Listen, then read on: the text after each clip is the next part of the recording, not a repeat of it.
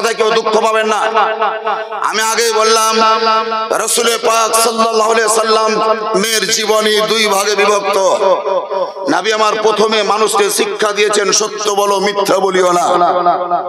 পরবর্তীতে যখন আল্লাহর তরফ থেকে আদেশ প্রাপ্ত হলেন তখন নবী বললেন তোমরা নামাজ পড়ো, নামাজ পড়ো। প্রথমে তুমি তোমার চরিত্রকে গঠন করো, আখলাককে তৈরি করো, চরিত্র বানাও, আখলাক বানাও, শিষ্টাচার বানাও। আপনার চরিত্র যদি কলঙ্কিত হয়ে যায়, আপনার আখলাক যদি নোংরা হয়ে যায়, তাহলে আপনি মানুষ কিসের, আপনি মুসলমান কিসের? এ বাবাজিরা ভাইরা, সেই নবী আকা মুস্তাফার উপরে 114টি সূরা অবতীর্ণ হয়েছে। তার মধ্যে একটা 28টি সূরা মক্কায় অবতীর্ণ। যার জন্য কোরআন শরীফে লেখা থাকবে, দেখবেন সূরার এক সাইডে মাদানিয়াতুন কিংবা মাক্কিয়াতুন। এই সূরাটি মক্কায় অবতীর্ণ না মদিনায় অবতীর্ণ এটা লেখা থাকে। তো সেই 114টি সূরার মধ্যে একটি সূরার নাম সূরা ইখলাস। কি নাম বললাম? আপনারা জোরে বলেন, কি নাম বললাম? সূরা ইখলাস। ইখলাস, এই সূরা ইখলাস যদি কাউকে জিজ্ঞাসা করা হয় সূরা ইখলাস কোনটি, অনেকে হয়তো পারবে, আবার অনেকে পারবে না। যার জন্য কুল হু আল্লাহ বললে সবাই বুঝতে পারবে, সবাই বুঝে নেবে। ধ্যান দিয়ে বুঝুন, এই সূরা ইখলাস ছোট একটি সূরা, ছোট একটি সূরা। এই সূরার ফজিলত সম্পর্কে হয়তো কোন জায়গা আপনারা শুনেছেন। আমাদের নবী আকা মুস্তাফা সাল্লাল্লাহু তাআলা আলাইহি ওয়াসাল্লাম হযরতে আলীউল মুর্তজাকে ডেকে বলেছিলেন, হযরতে আলীকে, হে আলী, তুমি যখন এশার নামাজ পড়ে ঘুমাবে, দেখেন এশার নামাজ পড়ে ঘুমাবে, এর দ্বারাই বোঝা গেল তখনকার লোকেদের অভ্যাস ছিল এশার নামাজ পড়ে পড়েই ঘুমিয়ে যাওয়া।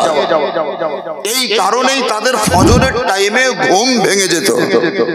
আর এখন আমরা নামাজ পড়ি আর না পড়ি, রাত 12টার আগে ঘুমাই না, রাত 11টার আগে ঘুমাই না, রাত 1:30টার আগে ঘুমাই না, রাত 1টার আগে ঘুমাই না। এই কারণে ফজরের আজান কখন হয়েছে কানে প্রবেশ করলেও শুনতে পাই না, ফজরের নামাজ কখন হলো জানতে পারি না, সূর্য কখন উদিত হয়ে গেল বুঝতেই পারি না, সূর্য ওঠা আপনি দেখতে পান না, ফজরের নামাজের সঙ্গে তো আপনার কোনো সম্পর্কই থাকে না।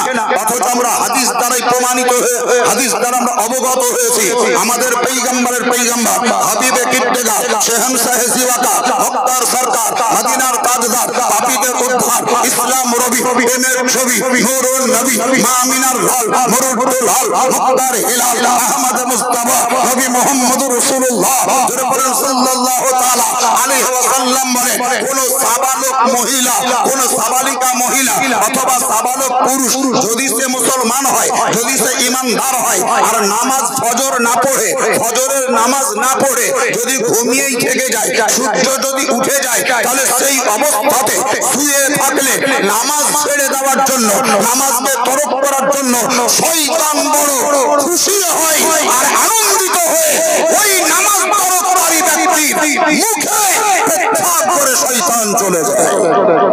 আপনারা কত খুশনসিব, কত বড় ভাগ্যবান, ফজরের নামাজ না পড়ে পেপসি কোকা-কোলা খাওয়ার মতো আপনার মুখে শয়তানে পেশাব করে।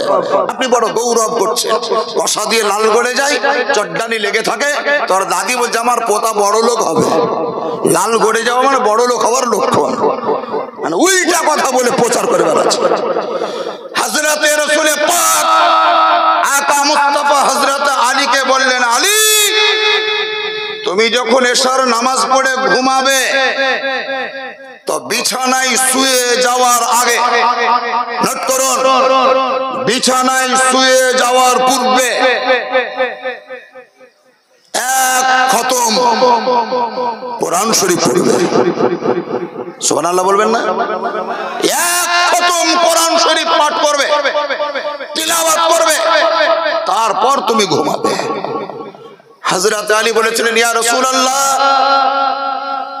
মাখারিজের সহিত, তাজবিদের সহিত, সিফাতের সহিত শুদ্ধ উচ্চারণ করে পরিষ্কার ভাবে একটা একটা করে কেউ যদি সূরা ফাতিহা থেকে সূরা নাস পর্যন্ত গোটা কোরআনকে পড়ে খতম করব মনে করে, তাহলে খুব কম সময় লাগলেও 5 থেকে 5.5 ঘন্টা টাইম লাগবে।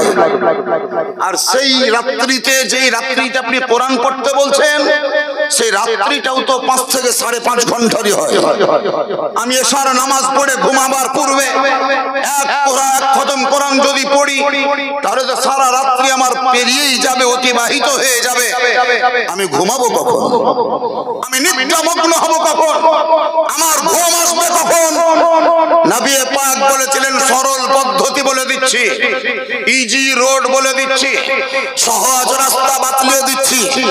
ঘাবড়াবে না, টেনশন নেবে না, চিন্তা করবে না। এক খতম কোরআন শরীফ পড়তে হবে। তার মানে এটা বুঝিও না যে সূরাতুল ফাতিহা থেকে শুরু করে সূরা নাস পর্যন্ত পাতার পাতা, পৃষ্ঠার পৃষ্ঠা, লাইন বাই লাইন তোমাকে পড়ে শেষ করতে হবে, ওইটা নয়। শুয়ার আগে, বিছানায় গড়া দেওয়ার আগে আউযু বিল্লাহ বিসমিল্লাহ সহ সূরা ইখলাস মানে কুল হুয়াল্লাহু আহাদ, এই সূরাটি মাত্র 3 বার পাঠ করবে, খুলুসিয়াতের সহিত, অন্তরের সহিত, দিল থেকে, প্রাণ থেকে, মন থেকে, কলব থেকে, হৃদয় থেকে 3 বার এই সূরাকে পাঠ করবে। আল্লাহ রাব্বুল তাআলা বড় দয়ালু, বড় দাতা, তোমাকে এক খতম কোরআনের সমতুল্য সওয়াব দান করবে। হযরত রাসূল পাক আকা মুস্তাফা নসিহত করলেন, কোরআন পড়ো দিয়ে ঘুমাও, কোরআন পড়ো দিয়ে ঘুমাও। আমার মা বলছে ওর পতিনকে, ওর পোতাকে, অনেক ভাই বলছে তার বেটাকে আর বিটিকে, 1.5 ঘন্টা পড়লি, এখন ঘুমাতে যাচ্ছিস তো লে একটা কার্টুন দেখ দিয়ে ঘুমা, একটা কার্টুন দেখ দিয়ে ঘুমা, কার্টুন দেখ দিয়ে ঘুমা। কার্টুন দেখলো ভূতে, কার্টুন দেখলো জিনে, কার্টুন দেখলো আর কিছুরই। স্বপ্ন যোগে যদি কিছু দেখতে পাই তাহলে কি পাবে? ওই ভূতের গল্পই পাবে, জিনের গল্পই পাবে। সাপে তাড়ছে এটাই দেখবে, সাপে কামড়াচ্ছে এটাই দেখবে। কিন্তু শুনে রাখুন, খারাপ স্বপ্নকে বর্জন করে যদি ভালো স্বপ্ন দেখার ইচ্ছা কাউরি থাকে, তাহলে নসিহত করে যাচ্ছে, নোট করতে পারলে করে রাখবেন। এশার নামাজের পর বিছানাকে পরিষ্কার পরিচ্ছন্ন করে আতর ইত্যাদি ছিটিয়ে খুশবুময় করে কিবলার দিকে মুখ করে ডান পট ফিরে বাম পাঁজের হাতটাকে বুলিয়ে হাঁটুটাকে জড়ো করে ডান পট্টির নিচে ডান হাতটাকে ভাঁজ করে আপনি শুয়ে যান, চক্ষুদ্বয়কে বন্ধ করুন, নবী মুস্তাফার উপরে দরুদ পড়ুন, সাল্লাল্লাহু আলাইহি ওয়াসাল্লাম, সাল্লাল্লাহু আলাইহি ওয়াসাল্লাম, সাল্লাল্লাহু আলাইহি ওয়াসাল্লাম। কখন ঘুম আসবে বুঝতে পারবেন না, এই দরুদ পড়তে পড়তে ঘুমিয়ে যায়। একদিনে যদি না হয়, 2 দিনে যদি না হয়, 3 দিনে যদি না হয়, 4 দিনে যদি না হয়, 5 দিনে যদি না হয়, 40 দিন পার হবে না, ইনশাআল্লাহ সম্পূর্ণ যোগে নবী মুস্তাফার সঙ্গে আপনার দিদার হয়ে যাবে। আপনি কার্টুন দেখে ঘুমালেন, কার্টুনের স্বপ্ন দেখবেন। নবীর প্রতি দরুদ পড়ুন, নবীর প্রতি জিয়ারত হবে, নবীর সঙ্গে সাক্ষাৎ ঘটবে, নবীর সঙ্গে মোলাকাত হবে। আল্লাহর পয়গম্বর হাবিবে কিদ্দেগার নবী মুস্তাফা বলেছেন, কেউ যদি বাহ্যিকে অথবা স্বপ্ন যোগে আমার জিয়ারত করে, আমাকে দেখতে পায়, তাহলে আমি নবী সেই ব্যক্তির শাফাআত করব। সুবহানাল্লাহ জোরে বলা যাবে না? এটা হাত উঠিয়ে বলুন তো, ইয়া রাসূলুল্লাহ। আরো জোরে বলেন, ইয়া রাসূলুল্লাহ, ইয়া হাবিবাল্লাহ। এবারে তরজমা করছি, নোট করুন। বহুত ইউটিউবার আছে, ওরা ইউটিউব নিয়ে ব্যস্ত, ওরা কিন্তু জালসা শুনে না, জালসা শুনবে না, ওর ফটো কেমন উঠছে ওইটাই দেখবে। চারহানা সোজা পরিষ্কার না ল্যাবড়া, ফটোটা যেন পরিষ্কার হয়, ওই দিকেও ব্যস্ত থাকবে। আপনারা অন্যদিকে ব্যস্ত থাকিয়েন না, আপনারা একটু আমার কথার দিকে ধ্যান দেন। প্রথম আপনাদের সম্মুখে আয়াতটি আমি পড়লাম, কি কুল। ওলামায়ে কেরামগঞ্জ যারা আছেন তারা তো জানেন, আপনাদের নলেজে দিতে চাইছি কুল। এই কুল মানে বলো, বলো, বল, বলুন। একটা একটাই শব্দ, একটাই জুমলা বা বাক্য, তু বল, তুম বলো, আপ বলো, তু বল তুমি বলো, আপনি বলুন। আল্লাহ তাআলা বলছেন আমার নবীকে ধ্যান দেন, আল্লাহ তাআলা বলছেন আমার নবীকে কুল, আপনি বলুন হুয়াল্লাহু আহাদ, সেই আল্লাহ এক। আপনারা বলুন আল্লাহ কটা? আল্লাহ এক, আল্লাহ অদ্বিতীয়, লা শরীক, আল্লাহর সঙ্গে কাউরির শরীক যাবে না। আল্লাহ তাআলা নবীকে বলছেন হে নবী আপনি বলুন হুয়াল্লাহু আহাদ, আল্লাহ এক। আমাদের নবী আকা মুস্তাফা আল্লাহর নিকটে ফরিয়াদ করছেন ইয়া রব্বে কায়নাত, আমি তো বহুত পরে দুনিয়াতে এসেছি, বহুত পরে। আমার আগে হযরতে আদম আলাইহিস সালাম এসেছিলেন, উনি তো দুনিয়ার লোককে ওইটাই বলেছেন যে আল্লাহ এক। আমার পূর্বে হযরতে নূহ আলাইহিস সালাম এসেছিলেন, তিনিও বলেছেন আল্লাহ এক। হযরতে দাউদ আলাইহিস সালাম তিনি এসেছিলেন, উনিও মানব সমাজে এলান করেছেন আল্লাহ এক। হযরতে সুলাইমান আলাইহিস সালাম তিনিও দুনিয়াতে দীর্ঘদিন ধরে ছিলেন, তিনিও মানব সম্মুখে ডিক্লারেশন দিয়েছেন আল্লাহ এক। হযরতে মুসা কালিমুল্লাহ তিনিও বলেছেন আল্লাহ এক। হযরতে ইব্রাহিম খলিলুল্লাহ তিনি বলেছেন আল্লাহ এক। হযরতে ইসমাঈল জবিহুল্লাহ তিনিও বলেছেন আল্লাহ এক। হযরতে জাকারিয়া আলাইহিস সালাম তিনিও বলেছেন আল্লাহ এক। হযরতে দানিয়েল আলাইহিস সালাম তিনিও বলেছেন আল্লাহ এক। হযরতে ইউনূস আলাইহিস সালাম তিনি বলেছেন আল্লাহ এক। হযরতে ইয়াকুব আলাইহিস সালাম তিনিও বলেছেন আল্লাহ এক। হযরতে ইদ্রিস আলাইহিস সালাম তিনিও বলেছেন আল্লাহ এক। হযরতে ঈসা রূহুল্লাহ তিনিও বলেছেন আল্লাহ এক। আসমান সাক্ষ্য দিচ্ছে আল্লাহ এক, জমিন সাক্ষ্য দিচ্ছে আল্লাহ এক, চন্দ্র সাক্ষ্য বহন করছে আল্লাহ এক, সূর্য সাক্ষ্য বহন করছে আল্লাহ এক, নক্ষত্র সাক্ষ্য বহন করছে আল্লাহ এক, ফেরেশতারা বলেছে আল্লাহ এক, জিন জাতিরা বলেছে আল্লাহ এক, তারা তো সবাই বলেছে। এখন আবার নতুন করে এই আখেরি জামানাতে শেষ পিরিয়ডে লাস্ট মোমেন্টে তুমি আমাকে নির্দিষ্ট করে বলতে কেন বলছো কুল হুয়াল্লাহু আহাদ, হে নবী আপনি বলুন আল্লাহ এক। ওরা তো বলেছে আমাকে আবার বলা করাচ্ছ কেন? ওরা তো বলেছে আমাকে বলতে বলছো কেন? আল্লাহ রাব্বে কায়নাত বলেন হে মুস্তাফা, হে পয়গম্বর, হে হাবিবুল হাবিব, হে আমার মাহবুব হযরত আদম আলাইহিস সালাম বলেছে আল্লাহ এক, কিন্তু ওনার বলা আলাদা। হযরত দাউদ পয়গম্বর তিনিও বলেছে আল্লাহ এক, কিন্তু ওনার বলা সম্পূর্ণ আলাদা। হযরত সুলাইমান পয়গম্বর তিনিও বলেছে আল্লাহ এক, কিন্তু ওনার বলা আলাদা। হযরত মুসা কালিমুল্লাহ তিনি বলেছেন আল্লাহ এক, কিন্তু ওনার বলা আলাদা। এক কথা 1,34,000 নবী ও রাসূলগণ বলেছে আল্লাহ এক, তিনাদের বলা আলাদা। আর হে নবী তোমার বলা আলাদা, তার কারণ তারা বলেছে আমাকে না দেখে, আর তুমি বলবে আমাকে দেখে।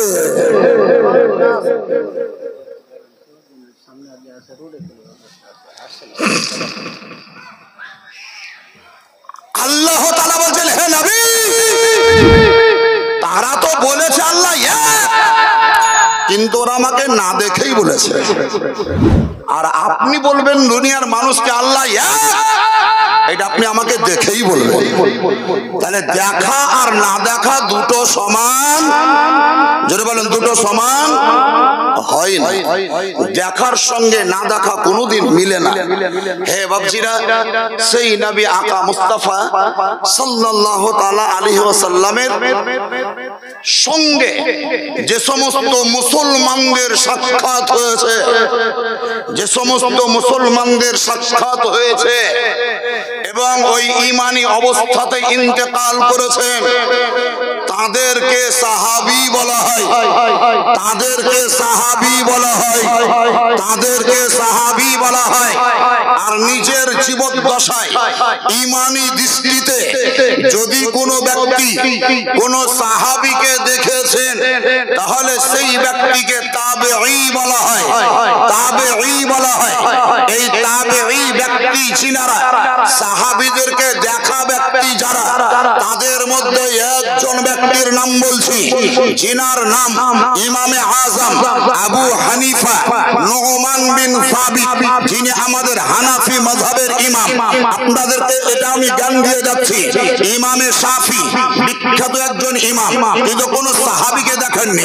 হযরতে ইমামে মালিক একজন বড় ইমাম, কিন্তু কোন সাহাবীর সঙ্গে তার সাক্ষাৎ ঘটেনি। মুহাম্মদ বিন হাম্বল তিনি একজন ইমাম, কিন্তু কোন সাহাবীর সঙ্গে তার সাক্ষাৎ হয়নি। শুধুমাত্র আমাদের হানাফি মাযহাবের ইমাম ইমামে আজম আবু হানিফা, তিনার সঙ্গে সাহাবীদের সাক্ষাৎ হয়েছে। উনি সাহাবীদের সঙ্গে ডাইরেক্টলি কথা বলেছে, সাহাবায়ে কেরামদের পিছনে তিনি নামাজ পড়েছে, নবী কিভাবে নামাজ পড়তেন। ইমামে আজম আবু হানিফা সাহাবীকে জিজ্ঞাসা করেছে নবী কিভাবে রুকু করতেন। আমাদের ইমাম জিজ্ঞাসা করার সুযোগ পেয়েছে নবী কিভাবে সাজদা করতেন। আমাদের ইমাম জিজ্ঞাসা করার টাইম পেয়েছে, সুযোগ পেয়েছে, মুহূর্ত পেয়েছে। সেই ইমামে আজম আবু হানিফা বললেন, যখন তোমরা নামাজে দাঁড়াবে, তাকবীরে তাহরিমা পাঠ করবে, তখন কান পর্যন্ত হাত তোলো, হাতটাকে নিচে নামিয়ে নাভির নিচে হাত বাঁধো। ইমামের পিছনে যখন তুমি নামাজ পড়বে, তখন ইমাম সাহেব কিরাত করবে, খবরদার তুমি কোন সূরা পড়বে না, সূরা ফাতিহা পড়তে হবে না, অন্য সূরা পড়তে হবে না। ইমাম যখন আল্লাহু আকবার বলবে, তখন তোমাকে আল্লাহু আকবার বলতে হবে। ইমাম যখন সাজদায় যাবে, তোমাকে সাজদায় যেতে হবে। ইমাম যখন রুকু করবে, তোমাকে রুকু করতে হবে। সেই ইমামে আজম আবু হানিফা রাদিয়াল্লাহু তাআলা আনহু, যিনি সাহাবায়ে কেরামদের সঙ্গে দিদার করেছেন, সাক্ষাৎ করেছেন, ইনি হচ্ছেন আমাদের হানাফি মাযহাবের ইমাম। সুবহানাল্লাহ, সুবহানাল্লাহ, নারে তাকবীর, নারে তাকবীর, নারে রিসালাত, নারে রিসালাত, রাসূলুল্লাহ কনফারেন্স। ইমামে আজম, ইমামে আজম বলা হয় কাকে? বড় ইমাম। যেমন আমাদের আব্দুল কাদের জিলানীকে বলা হয় গাউসে আজম, বড় গাউস। ইনি হচ্ছেন ইমামে আজম। ইমামে হোসেন হচ্ছেন শহীদে আজম। আমাদের নবী হচ্ছেন নবী আজম। নবীদের মধ্যে সবচাইতে বড় আমাদের নবী, ওলিদের মধ্যে সবচাইতে বড় ওলি গাউসে আজম, শহীদগণদের মধ্যে সবচাইতে বড় শহীদ ইমামে হোসেন রাদিয়াল্লাহু তাআলা আনহু। এ বাবাজিরা, ভাইরা, মা এবং বোনেরা, বেশি কথা নয়, নোট করুন। আমি একটি করে দুই একটি কথা আপনাদের মাথায় দিয়ে দিচ্ছি। এই ইমামে আজম শুধু ইমামই নন, শুধু মাওলানা নন, শুধু মুহাদ্দিস নন, মুহাক্কিক নন, মুফাসসির নন, ফকিহ নন, বরং সঙ্গে সঙ্গে বিখ্যাত তিনি একজন আল্লাহর ওলি, আল্লাহ ওয়ালা ব্যক্তি, আল্লাহর ওলি, বিরাট বড় ওলি। ইমামে আজমের জন্ম হয়েছে আমার নবী মুস্তাফার ইন্তেকাল করার মাত্র ৭৪ বছর পরে।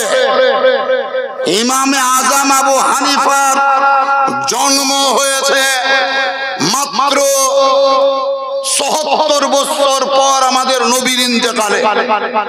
আর যাকে আমরা গাউসে আজম বলছি, আব্দুল কাদের জিলানী, তিনার জন্ম হয়েছে আমার নবীর ইন্তেকালে ৪৭৭ বছর পর। কত তফাৎ দেখে। ইমামে আজমের জন্ম হলো নবীর ইন্তেকালের মাত্র ৭০ বছর পরে, আর গাউসে আজম পিরানে পীর আব্দুল কাদের জিলানীর জন্ম হলো ৪৭৭ বছর পরে। অনেকটা ডিস্টেন্স। বড় পীর আব্দুল কাদের জিলানী কবে থেকে এবং কতদিন পর্যন্ত, এটা হয়তো আপনারা শুনেছেন। তাবেঈদের মধ্যে বিখ্যাত একজন তাবেঈ, যিনার নাম হাসান আসকারী, বিখ্যাত একজন তাবেঈ, যিনার নাম হাসান আসকারী। এই হযরতে হাসান আসকারীর পর থেকে গাউসে আজম হচ্ছেন বড় পীর, আমাদের জন্য বড় পীর, বর্তমানের লোকেদের জন্য বড় পীর। ইনি বড় হিসেবে থাকবেন কতদিন? তো যেই পৃথিবীতে ইমামে মেহেদী যতদিন না আসবে, ইমামে মেহেদী যেই দিন চলে আসবে, সেই দিন তিনি আর ওই ইমামে মেহেদী থেকে ওই দিককার লোকের জন্য তিনি বড় পীর নন। বড় পীর হচ্ছেন মিডিলে, হাসান আসকারিতে শুরু, ইমামে মেহেদিতে শেষ।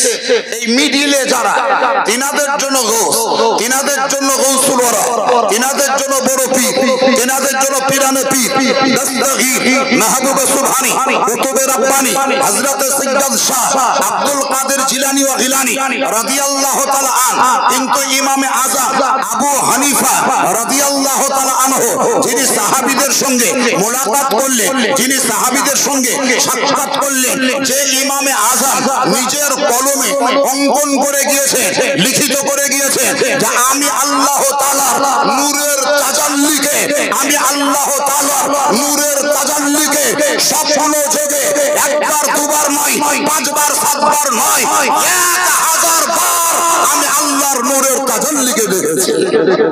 সেই ইমামে আযম আবু হানিফা, আর চোখ ছিল, আপনাদেরও চোখ আছে।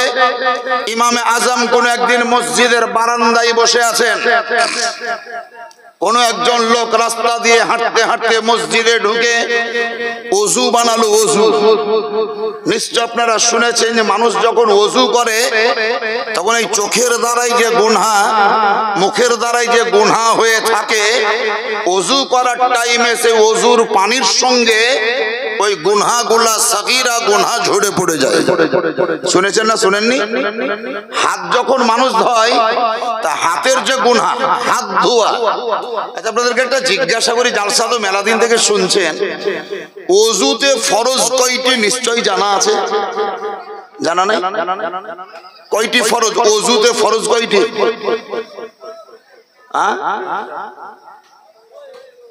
7-8টা হবে বোধহয়, 8টা না 9টা? ওযুতে ফরজ মাত্র 4টি। ওযুতে ফরজ মাত্র কয়টি বললাম? 4টি। এই 4টি ফরজ কোথায় লেখা আছে? কোরআন শরীফে। আল্লাহ তাআলা বলেন ফাগসিলু ওজুহাকুম, হে আমার বান্দা বান্দিরা, তোমরা যখন ওযু করবে তখন তোমরা তোমাদের মুখমণ্ডলকে ধৌত করো। মুখমণ্ডল মানে কপালের উপরে যেই জায়গায় চুল উঠে, এখান থেকে শুরু করে আপনি দাঁত কাটতে কাটতে কানের কানপট্টি পর্যন্ত নিয়ে আসেন, থুতনির নিচে পর্যন্ত, তার মানে দাড়ি সব গোটাটাই সুন্দরভাবে পানি দিয়ে ধোও, যেন পানি গড়ে গড়ে পড়ে। এই মুখমণ্ডল ধৌত করা ফরজ।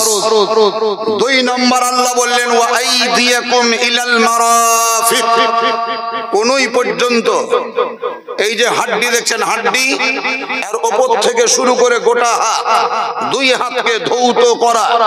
এই কথা বলো না রে, 2টো হাতকে সুন্দর করে ধৌত করা, এটা ফরজ। ক নম্বর হলো? কটা হলো ফরজ? একটা মুখমণ্ডল ধোয়া, 2 নম্বর কোনই পর্যন্ত 2টো হাতকে ধোয়া, 3 নম্বর 3 নম্বর আল্লাহ তাআলা বলেন ওয়ামসাহু বিরউসিকুম, তোমরা তোমাদের মাথার মাসাহা করো। মাথার মাসা আরবিতে যাকে মাসাহা বলে, ইংরেজি ভাষায় তাকে টাচ বলে, বাংলায় স্পর্শ বলে, উর্দু বা হিন্দিতে ছুয়া বলে, मैंने छू लिया, আমি স্পর্শ করলাম, টাচ করলাম, মাসাহা করলাম। মাসাহা তো मैंने মাসাহা কিয়া। তো ভিজা হাত মাথার চুলকে স্পর্শ করে মাথার উপরে বুলানো, এটাকে মাসাহা বলে। বলেন আমার মাথায় পাগড়ি বাঁধা আছে, এই পাগড়ি বাঁধা অবস্থায় যদি আমি ওযু করতে বসি, তাহলে ভিজা হাত দিয়ে আমার মাথার চুল স্পর্শ করতে হবে। স্পর্শ করতে গেলে মাথার পাগড়ি আমাকে খুলতে হবে না? হবে না? হবে না? মাথার পাগড়ি খুলতে হবে। পাগড়ির মাথায় যদি টুপি থাকে তাহলে সে টুপিটাও খুলে নিচে নামাতে হবে। কাউরি যদি গামছা দিয়ে মাথা ঢাকা থাকে, গামছাটাকে সরাতে হবে। যদি রুমাল দিয়ে ঢাকা থাকে, রুমালটা হটাতে হবে। পুরুষ মানুষদের জন্য যেমন মাথার মাসাহা করা ফরজ, ঠিক তেমন মুসলমান ঘরে মা এবং বোনেদেরকেও ওযুর সময় মাথার মাসাহা করা ফরজ। আমাকে যদি পাগড়ি খুলতে হয়, আমাকে যদি টুপি খুলতে হয়, আমাকে যদি চাদর সরাতে হয়, হয়, আমাকে যদি রুমাল হটাতে হয়, তাহলে মাথার মাসাহা করার জন্য আমাদের মা এবং বোনেদের মাথায় যে কাপড় বা ওড়না থাকবে, সেই কাপড় বা ওড়নাটাকে সরাতে হবে না? হবে না? যদি না সরাই তাহলে মাথার মাসা হবে না। কাপড় নিচে নামাতে হবে, ওড়নাটাকে ফেলতে হবে, মাথার কাপড়টাকে হটাতে হবে, তারপরেই তোমার মাথার মাসা হবে। এখন যেই টাইমে মহিলাটি ওযু করছে, সেই টাইমটা যদি রাস্তার ধারে ওযু করে আর মাসাহা করার সময় যদি মাথার কাপড় নিচে নামায়, এই রাস্তা দিয়ে একটা পুরুষ মানুষ হেঁটে যাবে, সেই পুরুষটার নজর কিন্তু তার মাথার চুলের উপরে পড়বে। তাহলে কি করে মাসাহ করবে? মাসাটা করবে কি করে? যদি মাসাহ করতে যাচ্ছে তাহলে লোকে চুল দেখে নিবে, আর যদি মাথার কাপড় না ফেলছে তাহলে মাথার কাপড়ের উপরে ওকে হাত বুলাতে হবে। একদিকে তো লোক দেখবে, অন্যদিকে মাসাহ হবে না। এর জন্য শরীয়তের মসলা আজকে আমার আপনাদের মোল্লাপাড়া, এই শ্রীপুর মোল্লাপাড়ার মা এবং বোনেদেরকে মেসেজ দিয়ে যাচ্ছি, মাথার কাপড় তো তোমাকে অবশ্যই নামাতে হবে মাথার মাসাহা করার জন্য, কিন্তু কোনো পরপুরুষ যেন দেখতে না পায়। এই কারণে তোমাকে এমন জায়গায় বসে ওযু করতে হবে যেখানে তোমার বাড়ির ফ্যামিলির লোক ছাড়া অন্য কোনো লোক তোমাকে দেখতে পাবে না। তার মানে বোঝা গেল রাস্তার উপরে দাঁড়িয়ে ওযু করা চলবে না, পুকুরের ঘাটে ওযু করা চলবে না, নদীর ঘাটে ওযু করা চলবে না, টিউবওয়েল তলায় ওযু করা চলবে না, সরকারের দেওয়া ট্যাপের পানিতে এই জায়গায় বসে তোমার গোসল বা ওযু করা চলবে না। তোমার জন্য পর্দা জরুরি, তোমার জন্য পর্দা জরুরি, তোমার জন্য পর্দা জরুরি। সোনা বড় মূল্যবান ধাতু, যেখানে সেখানে যেমন ফেলে রাখা যাবে না, ঠিক তেমন তোমরা আমার মা এবং বোনেরা আল্লাহ তাআলার তরফ থেকে বড় সম্মানিতা, বড় ইজ্জত প্রাপ্তা, বড় দামি, বড় মূল্যবানের বস্তু তোমরা। তোমাদের দেহকে উলঙ্গ রাখা যাবে না, তোমাদের দেহকে বস্ত্রহীন করা যাবে না, তোমাদের বস্ত্রকে উন্মুক্ত করে রাখা যাবে না, তোমাদের দেহকে হাতের তলা, মুখমণ্ডল, পায়ের তলা ছাড়া সর্ব দেহকে সদা সর্বদাই ঢেকে রাখতে হবে, না হলে আল্লাহ তাআলা নারাজ হয়ে যাবে।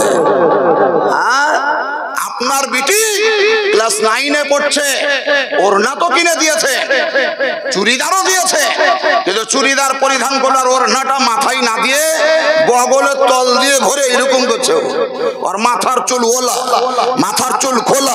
আপনি কি দেখতে পান না? আপনি কি বিটিটার বাপ নয়? আপনি কি দাদু নয়? আপনি কি দাদা নয়? আপনি কি ভাই নয়? আপনি কি মামা নয়? আপনি কোনোদিন তাকে নিষেধ করেছেন? কোনোদিন তাকে বাধা দিয়েছেন? কোনোদিন তাকে তাবলীগ করেছেন? কোনোদিন ক্যাম্পিং করেছেন? কোনোদিন তাকে বুঝিয়েছেন?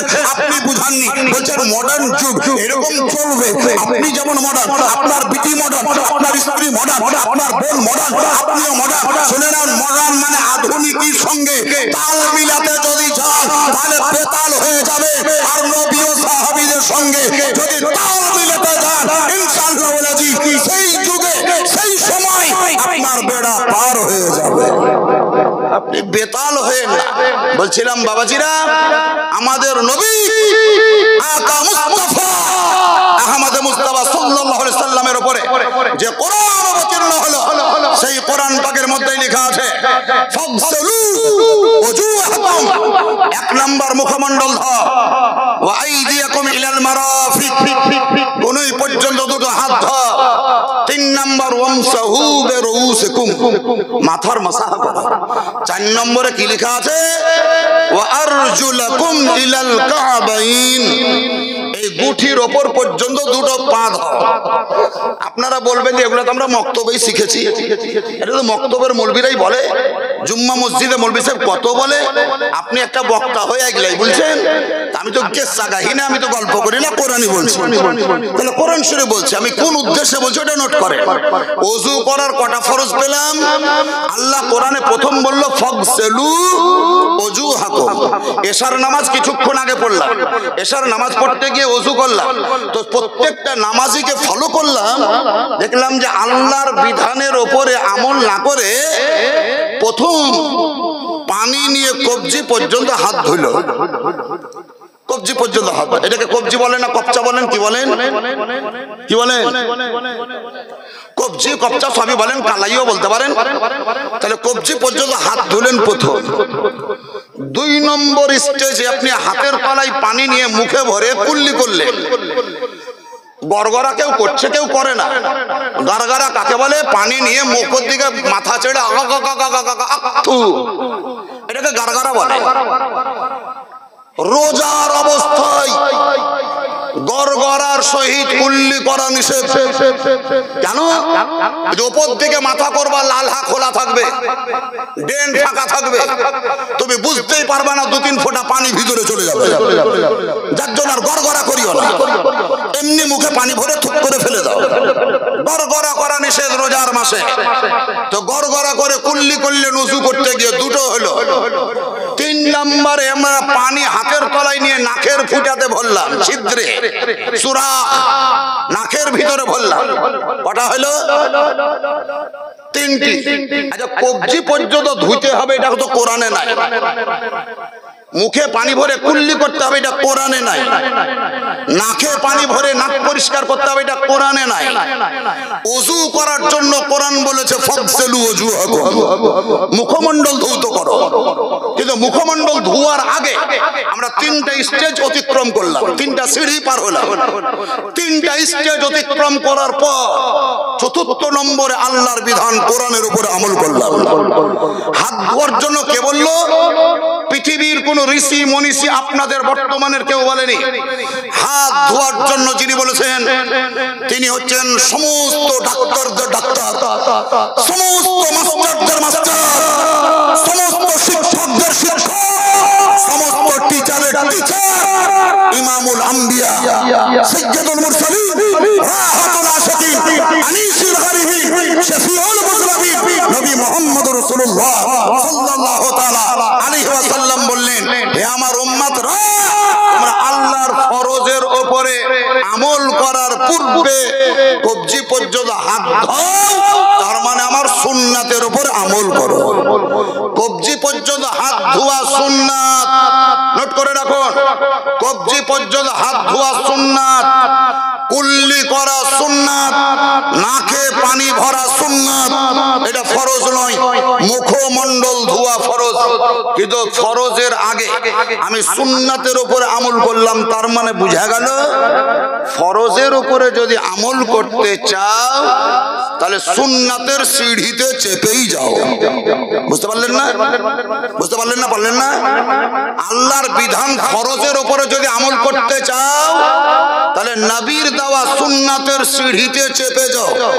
এই সুন্নাতের সিঁড়ি থেকে অতিক্রম করবা, তবেই গিয়ে যদি ফরজের টার পাবা, ফরজের নিকটে যেতে পারবা।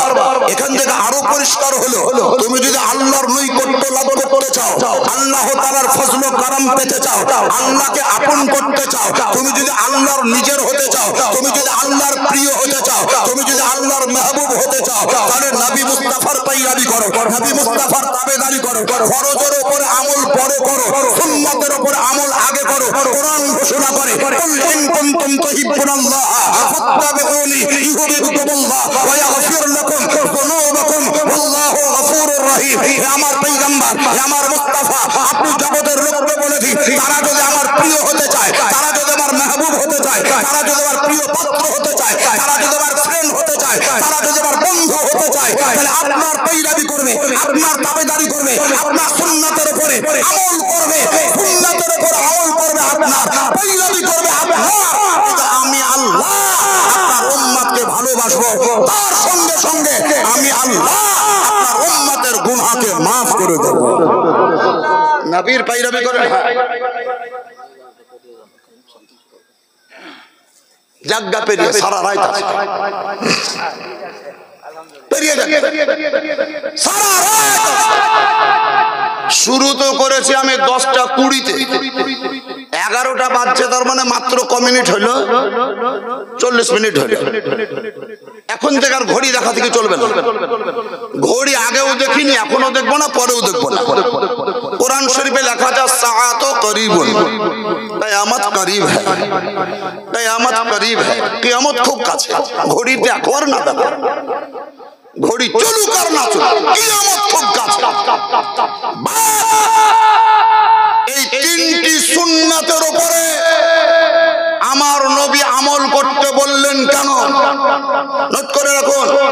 ওলামায়ে কেরামগণ, জিম্মেদার আলেমগণ আছেন, পানিতে তিনটি গুণ আছে, পানিতে তিনটি বৈশিষ্ট্য আছে, পানির তিনটি খুসুসিয়াত আছে, পানির তিনটি গুণ আছে। এক নাম্বার পানির রং। তুমি ফরজের উপরে আমল করবা তো পানির রংটা ঠিক আছে না নাই তুমি চেক করলে, রংটা ঠিক আছে না নাই চেক করো। তাহলে চোখে দেখো, পানির রং চেক করার হাতটাও ধো, হাতের ময়লাটাও দূর হবে, পানিটা চেক করাও হবে। রং ঠিক হয়ে গেল, একটা মেশিন আপনাকে প্রমাণ দিয়ে দিল রং ঠিক আছে। এবারে পানির আরো একটি গুণ তোমাকে যাঞ্চ করতে হবে, সেটা হলো পানির স্বাদ। স্বাদ মজা, স্বাদটা ঠিক আছে না নাই। এই স্বাদটাকে যদি যাঞ্চ করতে চাও তাহলে ল্যাবে নিয়ে গেলে হবে না, ল্যাবে দিলে হবে না, ব্লাড টেস্ট যেখানে হয় ওখানে দিলে হবে না, এমআরআই করলে হবে না, ইসিজি করলে হবে না, ইউএসজি করলে হবে না, আল্ট্রাসোনোগ্রাফি করলে হবে না, ইকো করলে হবে না, টিকো করলে হবে না। কানে ভরলে বুঝতে পারবা না, চোখে দেখলে বুঝতে পারবা না, হাতে ধরলে বুঝতে পারবা না, পানিতে নামলে বুঝতে পারবা না, মাথায় ঢাললে বুঝতে পারবা না, চোখে ছিটালে বুঝতে পারবা না, অন্য কোনো জায়গায় দিলে বুঝতে পারবা না। পানির স্বাদ ঠিক আছে না নাই, এটাকে যদি যাঞ্চ করতে হয়, এটা যদি পরখ করতে হয়, এটাকে যদি পরীক্ষা করতে হয়, তাহলে হাতের তলায় পানি নিয়ে তুমি মুখে দাও। আল্লাহ তাআলার দেওয়া একটা কম্পিউটার তোমার মুখের ভিতরে আছে, আল্লাহ তাআলার দেওয়া একটা মেশিন তোমার মুখের ভিতরে আছে, আল্লাহ তাআলার দেওয়া একটা যন্ত্র তোমার মুখের ভিতরে আছে। যে যন্ত্রটা ব্যাঙ্গালোরে পাওয়া যায় না, যে যন্ত্রটা ভেলোরে পাওয়া যায় না, যে যন্ত্রটা হায়দ্রাবাদে পাওয়া যায় না, যে যন্ত্রটা পিজি হাসপাতাল দিতে পারে না, যে যন্ত্রটা পিজি হাসপাতাল দিতে পারে না, যে যন্ত্রটা রাজা বাবা নার্সিং হোম দিতে পারে না, সেই যন্ত্রের নাম হলো জিহবা। এটা আল্লাহর দান, আল্লাহর অবদান। মিষ্টি দিবা জিহবা বলে দেবে, টক টক দিবা জিহবা বলে দেবে, আরো কিছু দেবা জিহবা তোমাকে স্যাটিসফাইড করে দলিল দিয়ে দেবে। এটা মিষ্টি, এটা টক, এটা ঝাল, এটা তিতো। এই রিপোর্ট দেওয়ার জন্য যে মেশিন আছে মুখের ভিতরে তার নাম জিহবা। পানির স্বাদ ঠিক আছে না নাই এটাকে পরীক্ষা করার জন্য মুখে ভরো।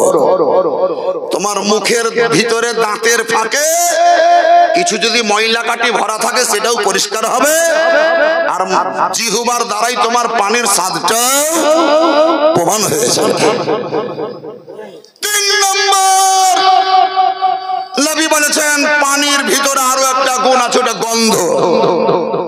গন্ধ, গন্ধ 2 প্রকারের হয়, সুগন্ধ, দুর্গন্ধ। সুগন্ধ, দুর্গন্ধ। দুর্গন্ধ মানে খারাপ গন্ধ, সুগন্ধ মানে ভালো গন্ধ। ওই পানির গন্ধটা ঠিক আছে না নাই, পানির গন্ধটা ঠিক আছে না নাই ওটাও তোমাকে যাঞ্চ করতে হবে। সেটা যাঞ্চ করতে গেলে কিসে করবে? ওটা মুখে নয়, চোখে নয়, হাতে নয়। ওই গন্ধটা যাঞ্চ করার জন্য নাকে ভরো। নাকে পানি ভরলে নাকের ভিতরকার ময়লাও পরিষ্কার হবে, তোমার গন্ধটাও পরীক্ষা হয়ে যাবে। 3টা মেশিন দ্বারাই যখন পানিকে সার্টিফিকেট দিয়ে দেবে ঠিক আছে, ওকে, গ্রিন সিগন্যাল যখন হবে তখন তুমি কাবলে পানি নিয়ে কোরআনের কথা মোতাবিক এবার মুখমণ্ডল ধৌত করো। বুঝতে পারা গেল ফরজের উপরে আমলের আগে সুন্নাতের উপরে আমল করতে হবে। আপনারা আমল করবেন না, করবেন না সুন্নাতের উপর আমল। ওই সুন্নাতের মধ্যে একটা সুন্নাত বলে দিচ্ছি, কোন যুবক ভাই যদি আছেন তো শুনবেন। আমার মুখে থুতনিতে যে দাড়ি দেখছেন, এই সাহেবের থুতনিতে যে দাড়ি দেখছেন, যাদেরই থুতনিতে দাড়ি দেখতে পাচ্ছেন, এই দাড়ি ব্লেড দিয়ে, খুর দিয়ে আর কোন অস্ত্র দিয়ে এইভাবে চেঁচে ফেলা হারাম। সুদ খাওয়া শুধু হারাম নয়, মদ্যপান করা শুধু হারাম নয়, জুয়া খেলাটাই শুধু হারাম নয়, ঘুষ খাওয়াটাই শুধু হারাম নয়, আরণ্য করা যেটা হারাম ভাবেন শুধু ওইটাই হারাম নয়। নবীর সুন্নাতে দাড়িকে চেঁচে ফেলা হারাম, কিন্তু দাড়ি মুখে রাখা এটা সুন্নাতে মুআক্কাদা। সুন্নাতে মুআক্কাদা। দেখেন আমার মাথায় পাগড়ি আছে, আমি যেদিন মরবো এই পাগড়ি আমার সঙ্গে যাবে না। যে জুব্বাটা পরিধান করে আছি, যদিও জুব্বাটা পরিধান করা সুন্নাত, কিন্তু এটা আমার সঙ্গে কবরে যাবে না। যে পায়জামাটা পরে আছি, যদিও সাহাবায়ে কেরামদের সুন্নাত, কিন্তু এই পায়জামা আমার সঙ্গে কবরে যাবে না। আমি হয়তো ওযু করতে গিয়ে হাত ধুলাম, কবজি ধুলাম, এটাও সুন্নাত, কিন্তু ওইটা আমার সঙ্গে যাবে না। কিন্তু আপনার দেহে এর সঙ্গে শুধুমাত্র নবী মুস্তাফা একটাই সুন্নাত বিরাজ করবে। আপনি কবরে যাবে তাও সঙ্গে থাকবে, আপনি গোসল করবে তাও সঙ্গে থাকবে, কাফন পরবে তাও সঙ্গে থাকবে, হাসরের প্রান্তরে উপস্থিতি দেবেন তবুও সঙ্গে থাকবে। সেই সুন্নাতটার নামই হলো দাড়ি রাখার সুন্নাত। এই সুন্নাতটা আপনার সঙ্গে কবরে যাবে। তাই বলবো আমাদের মোল্লা পাড়ার যুবক ভাইদেরকে, খুব জালসা করছো আরো করো, খুব দিওয়ানা হয়ে তাকবীর লাগাচ্ছ খুব লাগাও, কোনো অসুবিধা নেই। নবীকে ভালোবাসার দলিল যদি দিতে চাও, প্রমাণ যদি দিতে চাও, আই লাভ মোহাম্মদ বলে প্রমাণ দেওয়াটা বড় দলিল নয়। নবীর সুন্নাতের উপরে আমল করে মুখে যদি দাড়ি রাখতে পারো, এটাই বিরাট বড় দলিল হয়ে দাঁড়াবে, এটা বড় বড় সুন্নাত হয়ে দাঁড়াবে। আই লাভ মোহাম্মদ তো বাচ্চাতেও বলতে পারে, বুড়াতেও বলতে পারে, নারীতেও বলতে পারে, কাপুরুষেও বলতে পারে, কিন্তু মুখে দাড়ি কাপুরুষ নয় বরং পুরুষরা রাখতে পারে। তুমি যদি পুরুষ হিসাবে প্রমাণ দিতে চাও, নবীর প্রেমিক যদি হতে চাও, তাহলে আজ থেকে অঙ্গীকার করো যে আমি আর কোনোদিন নবীর কথা মোতাবেক এই সুন্নাতে মুআক্কাদাকে তরক করব না। এক কথায় দাড়ি চেয়েছে আমার নবীকে কষ্ট দিব না। আই লাভ মোহাম্মদ বললাম যে নবীর প্রেমিক আমি প্রমাণ করলাম, আর সকাল বেলাতে দাড়ি চেঁচে ফেলে দিলাম, দাড়ি চেঁচে ফেলে দিলাম। আচ্ছা বলেন দাড়ি চাঁচলে নবী কষ্ট পাবেন না পাবেন না? তাহলে আপনার ওই আই লাভ বলা আই লাভ মোহাম্মদ বলা শুনবে না আপনার দাড়ি চাঁচা দেখবে? কোনটা, কোন দিকে যাবেন আপনি? প্রমাণ দেন, নবীকে প্রেম করেন, নবীকে ভালোবাসেন, আই লাভ মোহাম্মদ তখন বলবে। এখনো বলেন, আমি নিষেধ করছি না, যত পারেন বলেন, কিন্তু বাহ্যিক রূপ দেওয়ার জন্য আপনি দাড়ি রাখেন। আল্লাহ তাআলাকে খুশি করার জন্য 5 ওয়াক্তের নামাজ পড়েন। আল্লাহ তাআলার দরবারে সওয়াবের অধিকারী হওয়ার জন্য বাপ এবং মায়ের শ্রদ্ধা করেন, বড়দের ইজ্জত করেন। আর এই জালসা আজকে করছেন আরও করেন, আগামী বছরেও করবেন। আগামী বছরে জালসা করবেন না করবেন না? আপনারা জোরে বলেন তো, করবেন না করবেন না? তাহলে এই জালসার জন্য যে প্যান্ডেলটা দেখছেন, প্যান্ডেল বিরাট বড় ঢেউ খাওয়া প্যান্ডেল। এখানে এক ঢেউ, এখানে এক ঢেউ, এটা ঢেউ বলে, ভাঁজ হওয়া ঢেউ। স্টেজ দেখছেন বড় সুন্দর স্টেজ, লাইট গুলা দেখছে যে ফিচিক ফিচিক করছে, দারুণ লাগছে। ওইদিকে দেখলাম তো জঙ্গলের আশপাশ দিয়ে লাইট, সুবহানাল্লাহ। এদিকে দেখলাম তো অনেক দূর ধরে লাইট, এদিকে দেখলাম তো মেলা দূর বাগানের ভিতরেও লাইট, লাইটে লাইটময় হয়ে আছে। আর মাইক মান আমাদের এখানে স্থির ভাবে বসে আছে, ওখানে বক্স, এখানে বক্স, ওইদিকে হরেন, ওইদিকে স্পিকার, এদিকে আর কিছু, বহুত টাকার ব্যবধানের ব্যাপার আছে। এগুলো আমরা সওয়াবের কাজ করছি, মুস্তাহাব কাজ করছি, নফল কাজ করছি। আল্লাহ তাআলা এই কাজের বিনিময়ে যে সওয়াব আমাদেরকে দান করবে, সেই সওয়াব যেন আমাদের মাগফিরাতের ওসিলা হয়ে দাঁড়ায়, মাগফিরাতের জারিয়া হয়ে দাঁড়ায়। উঁচু আওয়াজে সকলে বলুন আল্লাহুম্মা আমিন।